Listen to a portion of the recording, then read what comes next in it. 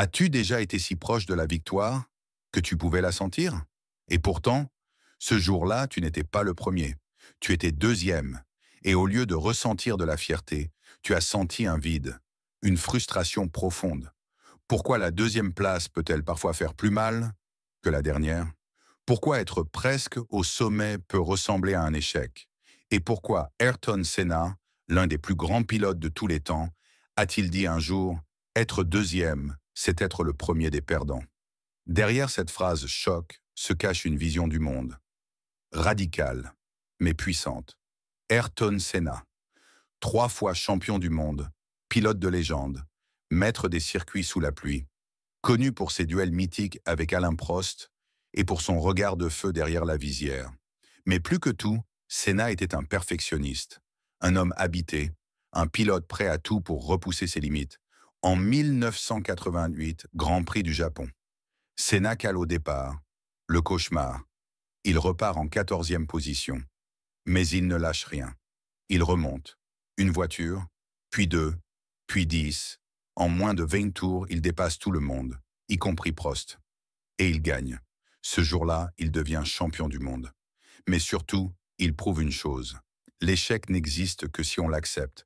Car pour lui, perdre, ce n'était pas une option. Senna n'était pas né champion. Petit, il était timide, réservé. On le trouvait fragile. Mais un jour, au volant, il découvre qui il est vraiment. Il devient autre, plus rapide, plus précis, plus fort. Il disait « Si tu n'es pas prêt à tout risquer, tu n'as pas le droit de gagner ». Et cette phrase, être deuxième, c'est être le premier des perdants. Ce n'est pas une attaque contre les autres, c'est une exigence envers lui-même. Il ne disait pas « les deuxièmes sont nuls ».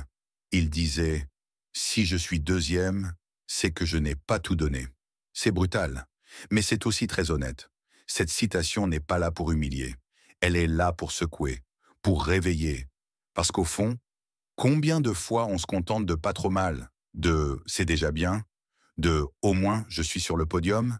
Mais Senna nous dit « si tu sais que tu pouvais faire mieux et que tu ne l'as pas fait, alors tu as perdu ». Ce n'est pas le résultat qui compte. C'est ce que tu y as mis, ce que tu as risqué. Il ne fuyait pas l'échec, il refusait la tiédeur. Et c'est ça qu'il faut retenir. Tu peux être deuxième, tu peux être dernier. Mais si tu as tout donné, alors là tu as gagné. La vraie défaite, c'est de lever le pied. C'est de se retenir. C'est de s'auto-limiter. Senna n'était pas parfait, mais il ne trichait jamais avec lui-même. Alors toi, dans ta vie, est-ce que tu joues pour participer ou pour marquer l'histoire? Est-ce que tu vis à moitié ou à fond?